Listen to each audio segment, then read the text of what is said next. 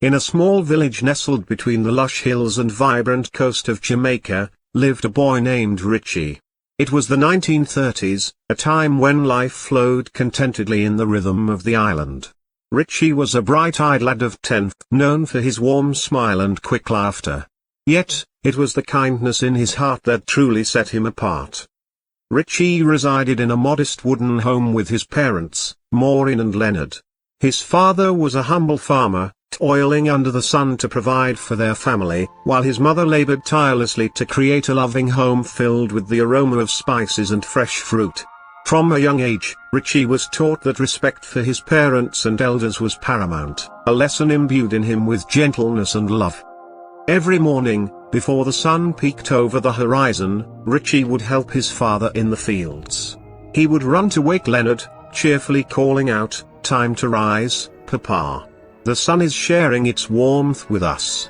As they worked side by side, planting yams or gathering coconuts, Richie would listen intently to his father's stories about their family history, the land, and the importance of hard work. Leonard would often say, "Respect, Richie. It's what binds our community." After their chores, Richie would race into the village, where his heart would swell with pride as he greeted the elders. "Good morning, Auntie May. Good morning, Uncle Joe," he would shout, his voice ringing through the air. Each elder was like a precious stone in the tapestry of the village, and Richie cherished them all. He remembered their names, their stories, and their favorite things, often a simple pleasure like a cup of bush tea or a ripe banana. On warm afternoons, when the sun hung high and the village was lulled into a gentle calm, Richie would organize games for the younger children. He would say, "Let's play hide and seek. But remember, we must keep our laughter quiet so we don't disturb the elders resting." He encouraged fair play and always included everyone, even those who were shy.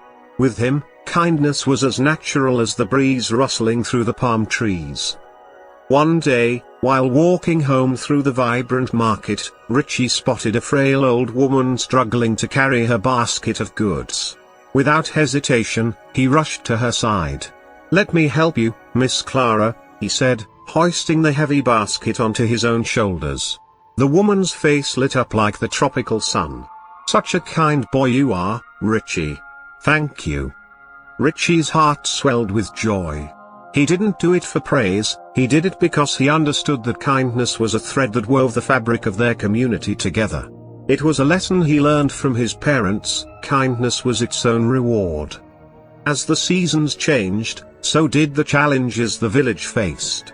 The drought in summer made the harvest tough, and many families worried about their crops. But Richie, with his bright spirit, organized a gathering at the village square. "Let's share what we have," he proposed. "If we all contribute something, we can help each other through this tough time." His idea blossomed into a community feast, where families shared their meager supplies, laughter echoing off the hills. They sang songs, danced, and built bonds that made them stronger than any storm. Maureen and Leonard stood side by side, pride swelling in their chests, knowing their son had become a beacon of love and respect in the community. As the sun dipped below the horizon, casting a golden hue over the village that felt like magic, Richie realized he was part of something much bigger than himself. He was part of a legacy of kindness, respect, and love passed down from generations before him. Richie continued to grow, but the lessons of his youth remained etched in his heart. He had learned that the true wealth of life lay not in possessions, but in the respect he showed to others, the love he shared, and the kindness he spread like seeds across a fertile field. And as the years turned into decades, his spirit would remain forever cherished in the hearts of all who had known him, a testament to a boy who understood that love and respect were the greatest gifts one could give and receive.